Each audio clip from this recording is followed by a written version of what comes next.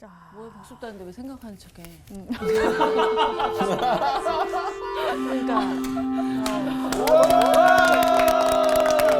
브라보! 브라보! 안녕하세요. 안녕하십니까 선생님. 반갑습니다. 반갑습니다. 오늘 이렇게 게스트 새로 오시고 여기 우리 열렬 애청자이신 오늘따라 우리 학생들도 유난히 좀 업돼 있는 것 같아요. 네. 그럼요. 네. 마가복음 이제 오늘 청정리 네, 청정리. 들어가지고 총정리가 쉬운 줄 아세요? 축하드리러 왔는데 저희. 예, 오늘 총정리를 하면서 네. 지난주 공부했던 복습까지 겸해서 네. 하도록 하겠습니다. 네. 또 오늘 이렇게 손님들도 계시니까 망신 안 당하게 지금 혼날 줄 알았는데 네, 안 혼나서 창피하네요. 신기했어요. 예. 손님들 계셔서 안 오는 거니까. 자, 우리 마가복음은 전체 몇 장으로 구성되어 있죠? 16장이에요. 16장. 사복음 서조의 가장 짧아요. 짧아요. 네. 예. 원래 마가복음은 사복음서 중에 이 책이 도대체 몇 번째 기록된 책인가 학자들 간에도 설왕설래했어요. 그러다가 이제 점점 합의된 이론이 이 마가의 기록이 첫 책이다. 첫 책. 예. 그러니까 사복음서 중에 첫 책이니까 아무래도 길이도 짧죠. 그리고 나서 이제 이 마가복음을 기초로 다른 복음서들이 쓰여지다 보니까 자료가 덧붙여지고 또 스토리도 덧붙여지고 하면서 이렇게 각각 길이가 달라집니다. 네. 자, 그런데 다른 복음서와 마찬가지로 마가라는 책은 저자가 마가다라는 직선적인 증거는 없어요. 근데 보통 이거 마가가 기록을 했다라는 것이 합의된 정론입니다. 근데 마가는 누구냐? 우리가 이제 오해를 하는 게 뭐냐면 성경 정도 쓴 사람이니까 제자일 예수님의 제자일 것이다. 제자나 12사도 중에 한 명이 아니겠는가? 아닙니다. 아니죠.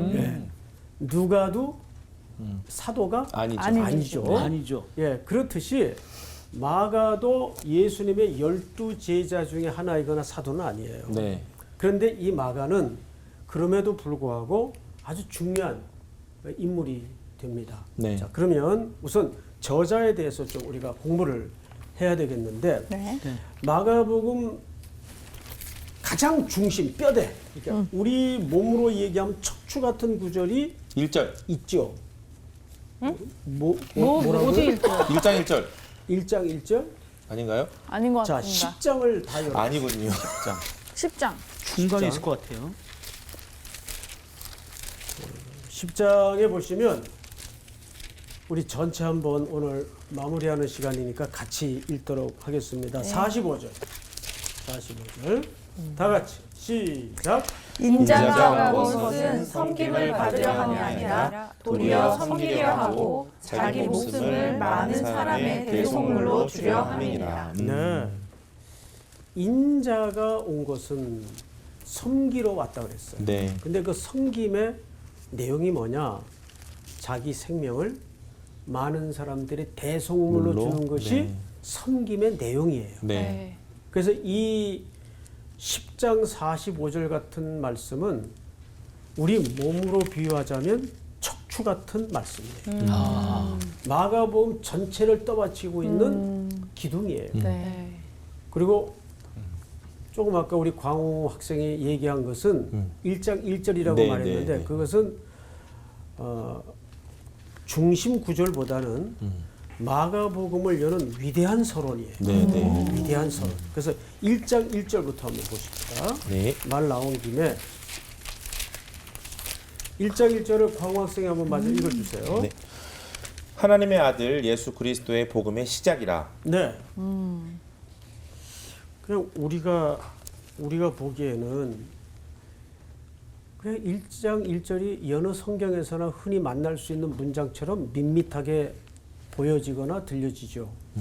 그런데 어떤 신학자들은 이 마가복음의 1장 1절을 창세기 1장 1절에 버금가는 위대한 구절이다. 네. 라고 이야기를 해요. 그러니까 이 마가복음에 감추어진 제가 공부 시간에는 나누지 못했던 이야기가 감춰져 있어요. 궁금해요. 뭐 미리 그렇게 이야. 자, 이제 드라마 보는 것 같습니다. 성경을 좀 보십시다. 우선 우리가 저자에 대해서 조금 공부를 하겠습니다. 저자가 누구냐면 여러분 사도행전 13장을 한번 좀 열어주실까요? 사도행전 13장. 오늘 성경을 좀 많이 찾을 겁니다. 13장 5절을 보세요. 5절.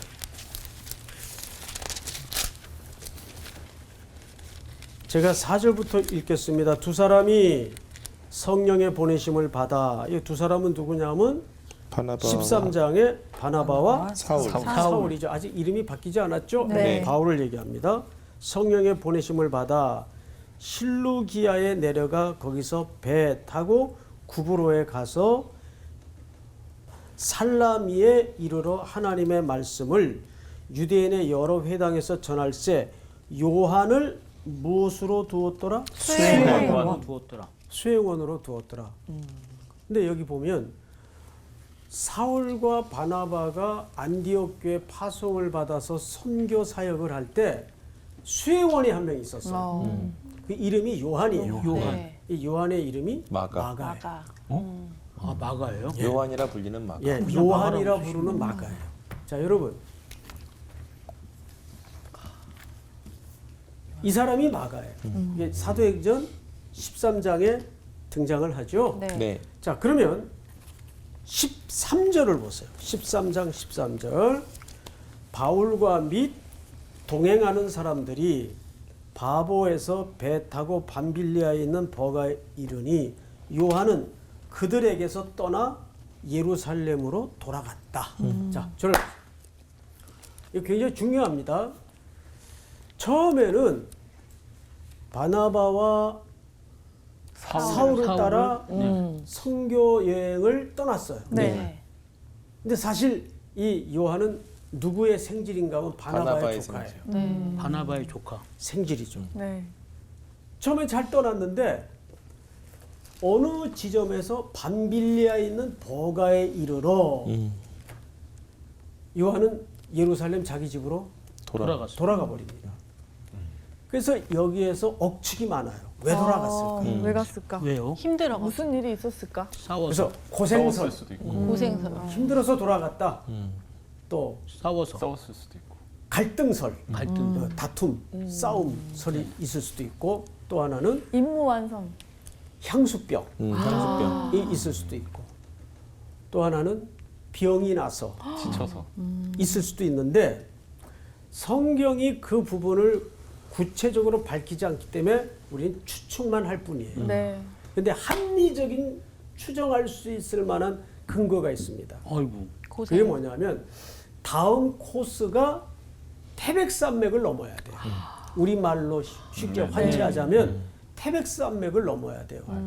그러다 보니까 이 마가라 불리우는 요한이 거기서 그냥 포기하고 자기 집으로 돌아가는 겁니다. 네. 부잣집에서 오냐오냐 자라가지고 힘든 거를 힘든 거를. 마가가 그렇지.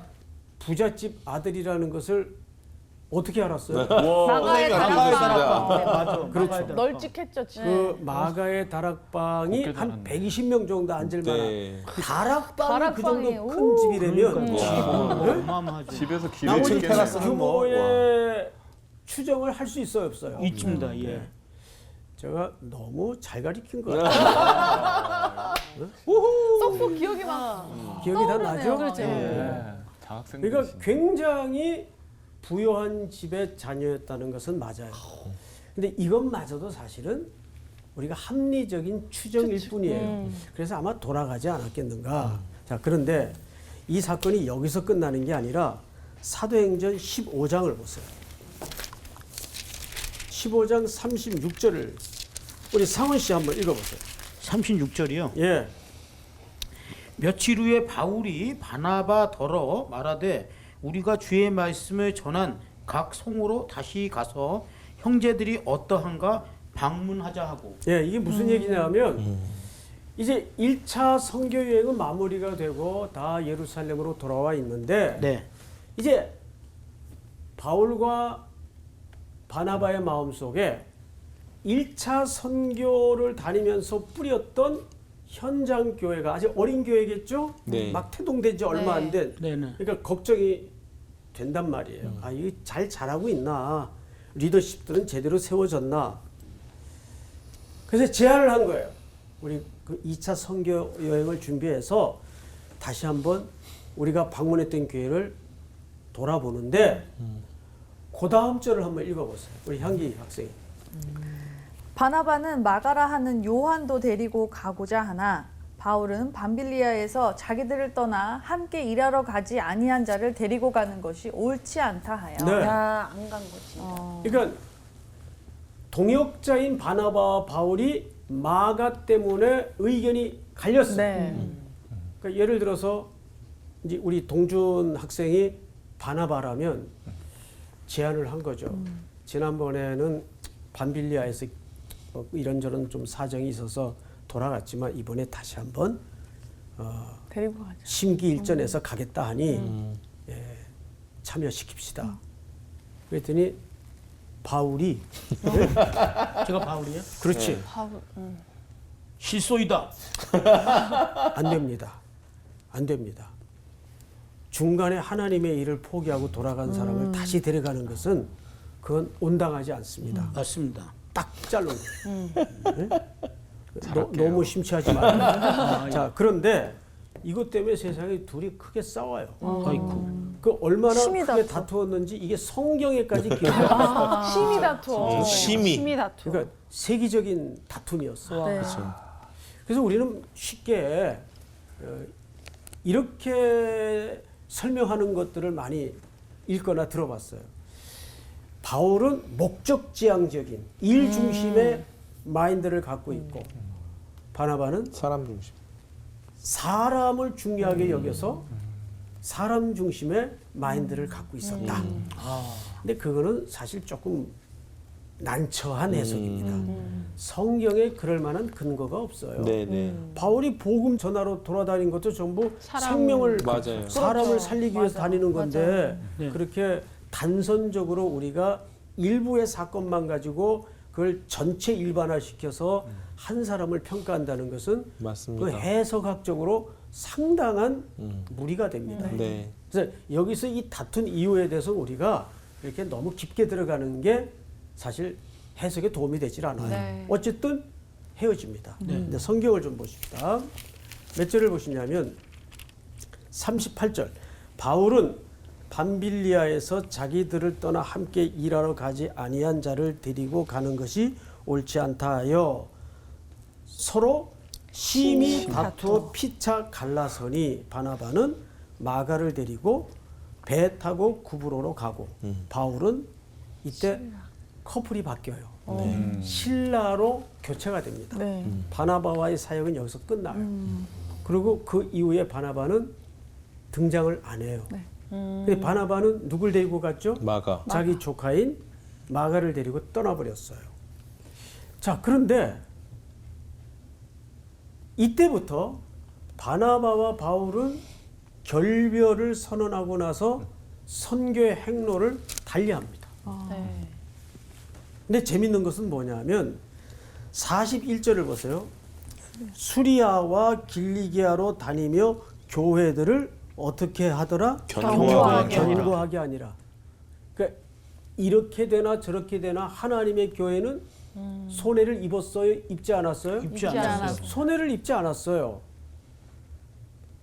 그런 거 보면 우리는 세월이 조금 흐른 후에 디모데후서 4장 11절에서 이런 대목이 등장을 합니다. 시간이 많지 않으니까 그냥 직접 말씀을 드릴게요. 바울은 어느덧 나이가 들고 감옥에 가두어져 있어요. 네. 그리고 편지를 써요. 아들 디모데에게. 속히 오라. 겨울이 오기 전에 속히 오라. 왜냐하면 겨울이 오면 지중해 바다가 험해요. 그래서 올 수가 없어요. 해서 속히 오라. 겨울이 오기 전에 속히 오라. 그리고 가보의 집에 둔 겉옷을 갖고 오고 또 책을 좀 갖다 달라. 그러면서 또 하나를 부탁하죠. 마가도. 올 때 마가를. 마가를 데리고 와라. 근데 그냥 데리고 오라 하지 않았죠. 네.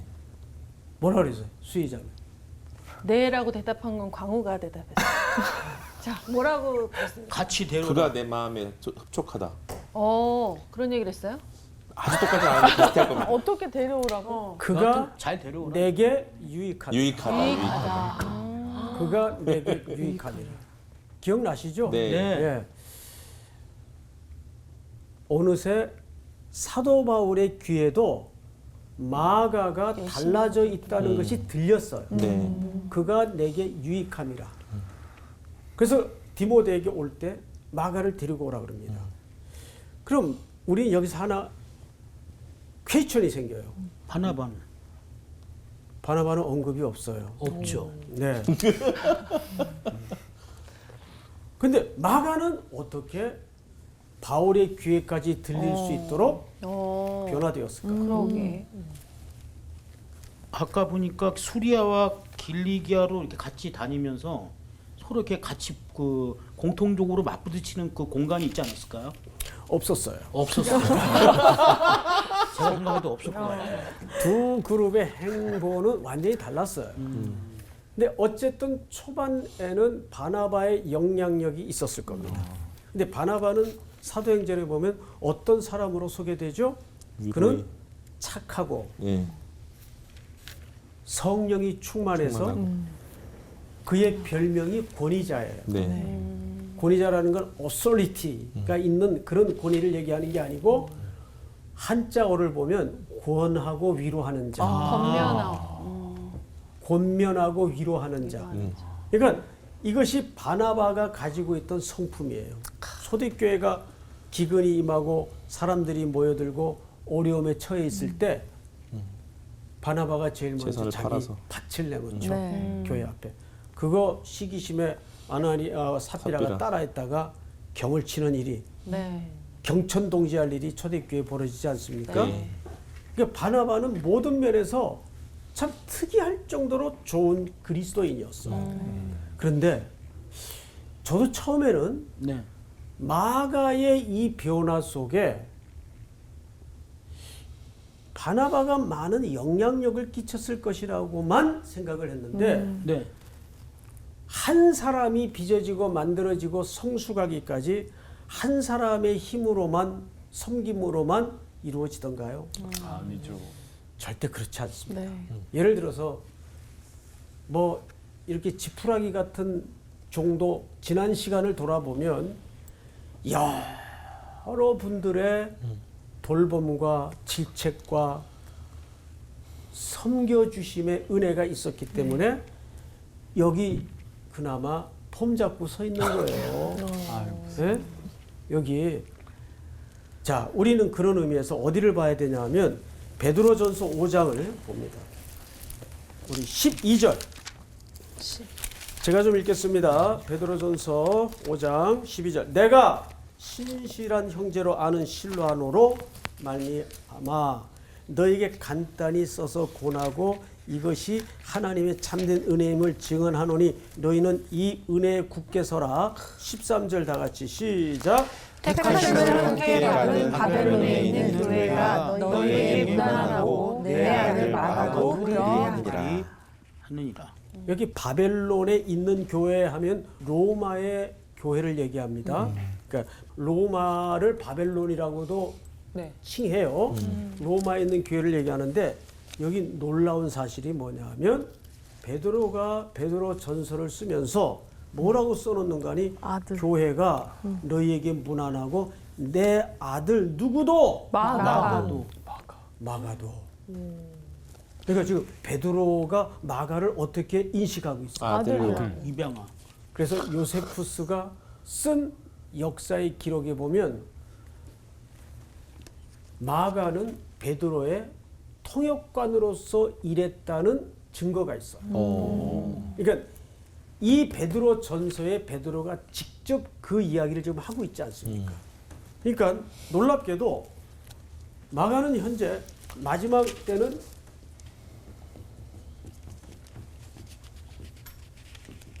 통역관 누구의? 베드로. 베드로의. 베드로. 제가 이 이야기를 이렇게 길게 하는 아주 중요한 이유가 있어요. 그러면 마가의 신학적인 영향을 끼친 인물은 누굴까요? 베드로. 베드로죠. 그렇죠? 베드로의 베드로의 제자. 글을 받아줬고 그렇죠. 베드로의 네. 통역을 하고 했으니까 마가는 로마에까지 베드로와 함께 한 걸로 봐서 베드로의 제자. 신학을 제대로 이어받았어요. 네. 그 증거가 뭔지 아세요? 아까 마가복음 1장 1절이 전형적인 베드로의 아. 문형이에요. 무슨 말인지 알겠습니다. 네. 그러니까 마가복음 1장 1절을 우리 광호 학생이 다시 읽어봐요. 네. 하나님의 아들 예수 그리스도의 복음의 시작이라. 예. 하나님의 아들 예수 그리스도의 복음의 시작이라는 말이 사실은 마가의 독자적인 기록일 수도 있지만 그 모든 신학적 뿌리는 베드로. 누구의 영향을 받은 거예요? 그렇죠. 베드로. 베드로의 영향을 받은 거예요. 자, 그러면 이제 크게 턱 두 번째 장르로 넘어가서 이제 마가복음을 일사천리로 한번 달려볼까요? 터널을 한번 와. 뚫어 Let's 보도록 go. 하겠습니다. 비행기. 그러면 마가는 이 글을 마가복음이라는 글을 왜 쓰게 되었는지 알아야 되겠죠.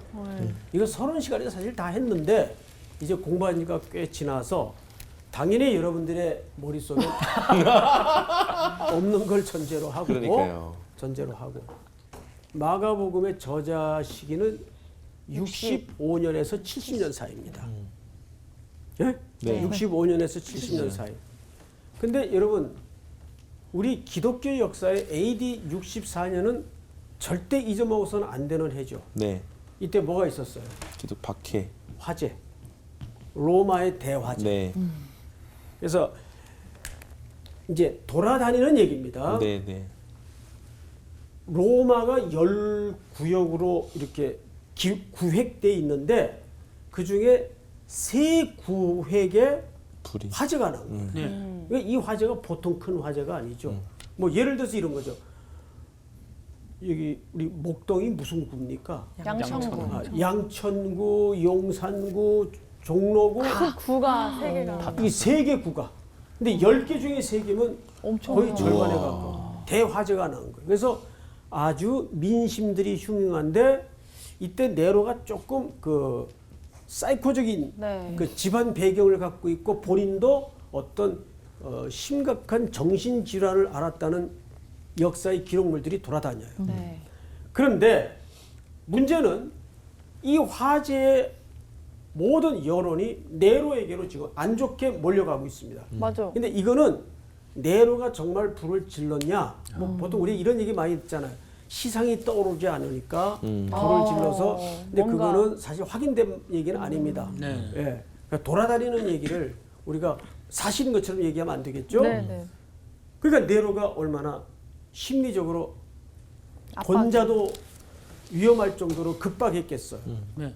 그래서 이 여론을 바꾸기 위해서 눈에 가시 같았던 그리스도. 로마에 유대인들. 살던 모든 그리스도인들에게 맞아. 이것을 뒤집어 씌워. 다 그냥 뒤집어 씌웁니다. 이건 실제입니다. 그래서 원형 경기장에 아유. 그리스도인들에게 짐승의 가죽을 씌워서 예. 실제 맹수를 풀어놓고 물어 뜯어 죽이고 또 톱으로 켬을다. 그게 전부 어디에 기록돼 있어요? 히브리서 말미에. 네. 그들이 얼마나 그 당시에 공고한 삶을 살았는가 기록돼 있잖아요. 네. 자, 그러다 보니까 이게 64년도에 벌어진 일인데 그러다 보니까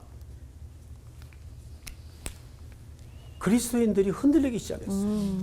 자기가 살기 위해서 형제들을 고발하게 되고 삶은 무너지고 이때 마가에 의해서 붓을 들게 합니다.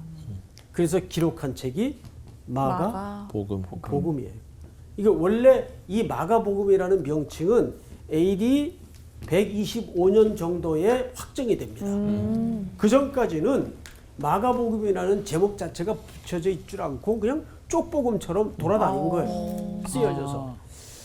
이 얘기가 왜 중요하냐면 마가복음은 왜 쓰여지게 됐는지 정확히 알겠어요? 모르겠어요? 알겠습니다. 그렇죠. 흔들리는 그리스도인들을 위해서 마가가 성령의 감동을 받아 붓을 든 거예요. 그리고 이 흔들리던 그리스도인들이 이 복음서를 들고 이제 뭘 배웠는가? 세 번째 장으로 넘어가는 거예요. 뭘 배웠을까요? 자, 여러분. 그래서 마가복음은 정확하게 간단히 얘기하자면 세 본문을 이해하지 못하면 안 돼요. 8장. 자, 이제 마가복음으로 다시 갑니다. 8장을 보세요. 지금까지 내용 모른다. 손 들어보세요. 없죠? 네. 자, 8장 31절을 우리 수희 학생이 한번 읽어보세요. 인자가 많은 고난을 받고 장로들과 대제사장들과 서기관들에게 버림받아 죽임을 당하고 사흘 만에 살아나야 할 것을 비로소 그들에게 가르치시되. 네. 자, 보세요. 비로소 예수님이 따르는 무리들과 제자들에게 가르치고 드디어 자기가 오신 정체에 대해서 드러낸 것이 뭐냐면 기독론이에요. 기독론이라는 건 뭐냐면 내가 누구냐?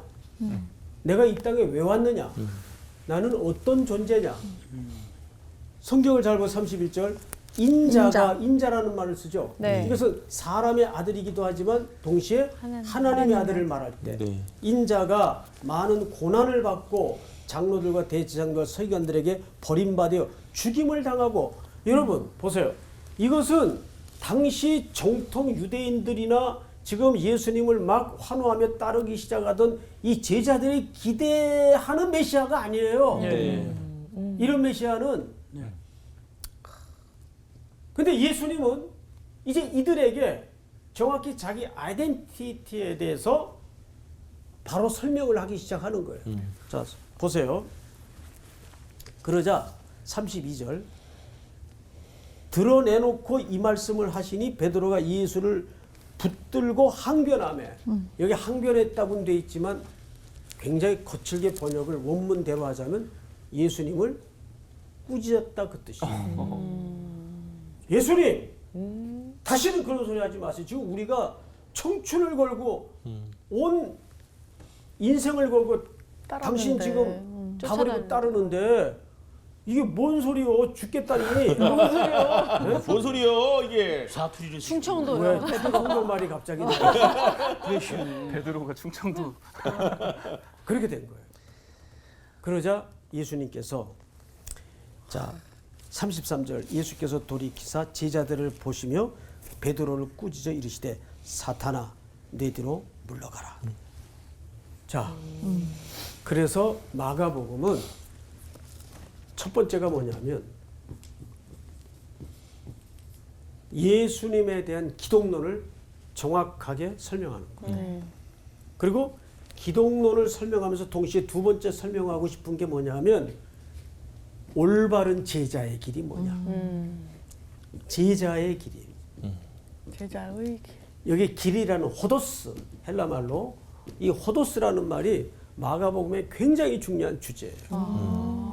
그래서 길에서 길 위에서 길 안으로 이렇게 바뀝니다. 네. 가면서. 그런데 이 기독론의 중요한 주제가 마가복음 전체에서 3번 등장을 합니다. 또 다시 볼까요?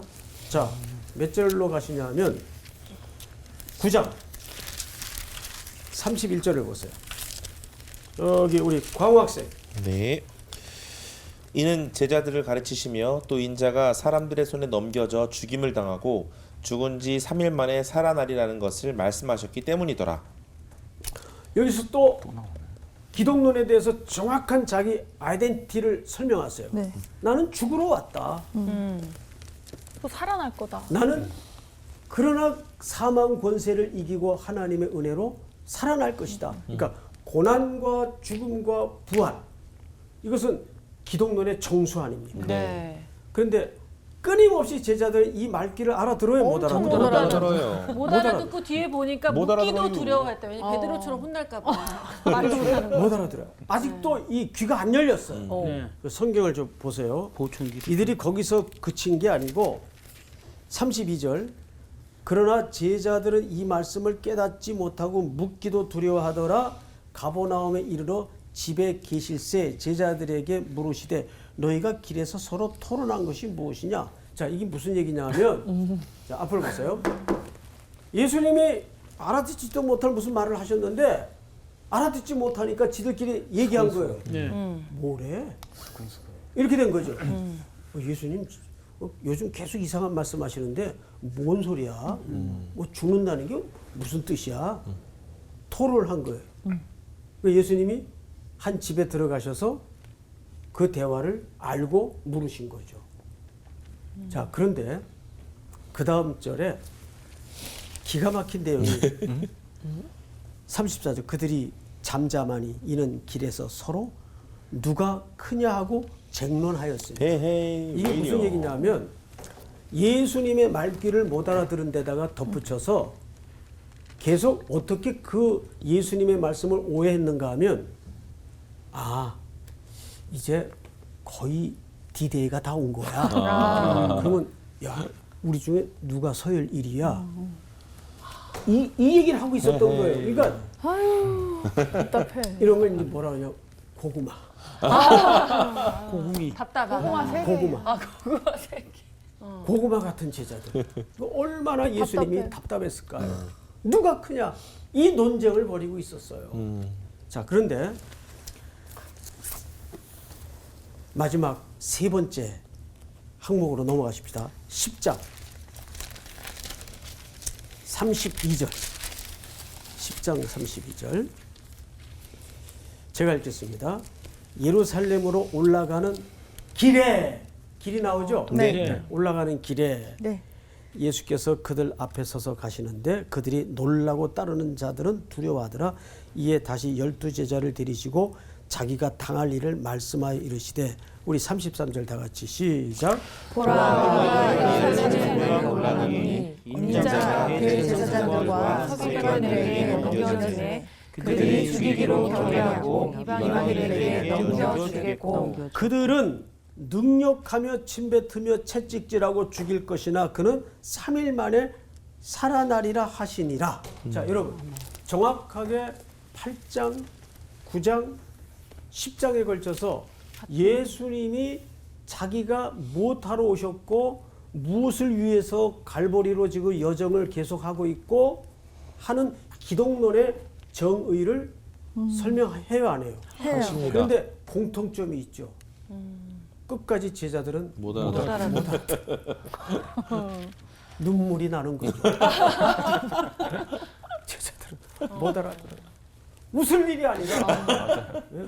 우리처럼 맞습니다. 못 알아들어요. 오늘 생각이 딴 데 가 있으니까. 네.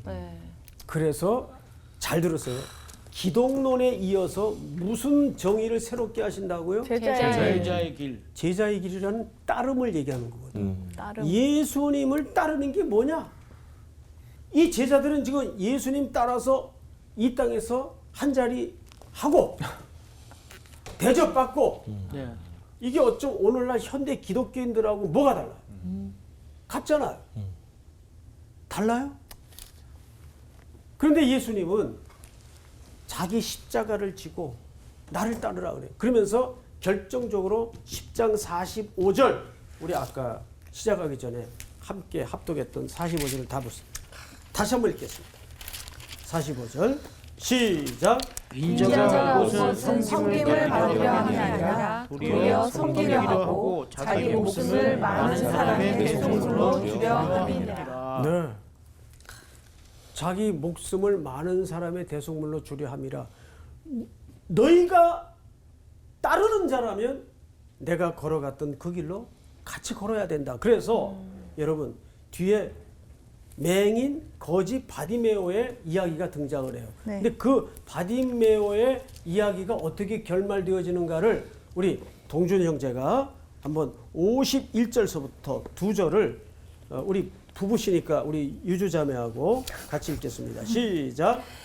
예수께서 말씀하여 이르시되 내게 무엇을 하여 주기를 원하느냐. 맹인이 이르되 선생님이여 보기를 원하나이다. 예수께서 이르시되 가라 내 믿음이 너를 구원하였느니라 하시니 그가 곧 보게 되어 예수를 길에서 따르니라. 부부가 잘 안 맞네. 평상시에 맞은 적이 없어요. 안 맞네 지금 보니까. 정말 아니 뭐 저기 칸 뛰는 것도 맞춰서 뛰는데 뭘 그래.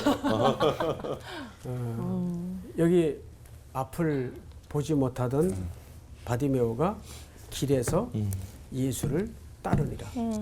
이것이 뭐냐면 바로 제자도의 길에 대해서 설명을 하는 거예요. 네. 따르니라. 이해가 되죠, 여러분? 네.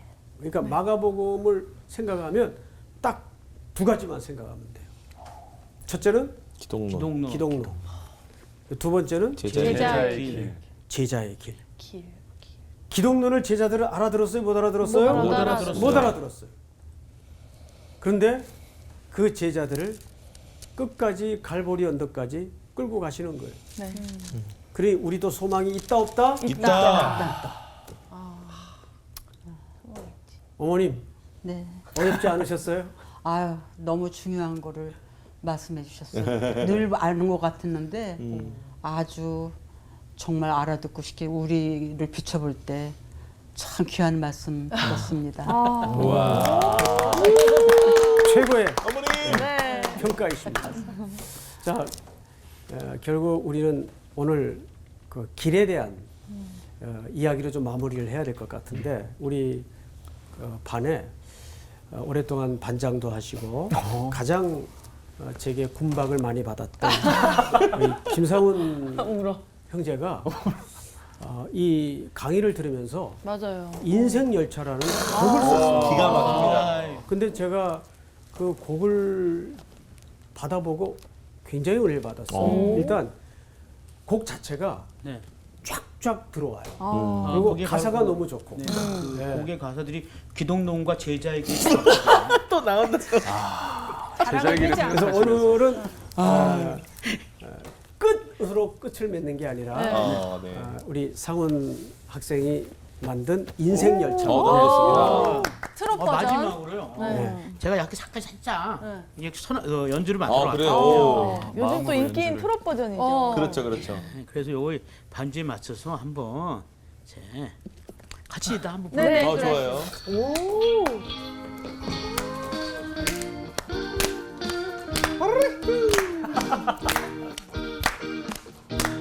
우리는 인생이란 열차를 타고 긴 여행을 떠나요. 이전 역의 아픔도 지금 역의 슬픔도 괜찮아요. 괜찮아요. 다음 여기 있으니 다음 역에 서심이 든대도 그 다음 역에 쓰러진대도 마지막 종착지에 우리 주님 계시죠. 고생했다 딱 안아주시죠. 다 같이 칙칙폭폭 천국을 가는 칙칙폭폭 열차를 타요. 이 열차는 천국행입니다.